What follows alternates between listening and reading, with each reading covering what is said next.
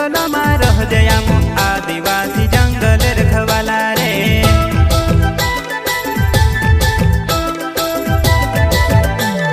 चल जंगल जमीन काजे पूजे रे आदिवासी दुनिया ने रखवाला रे। बाप देव खतरी काजे पूजे रे आदिवासी सबसे निराला रे।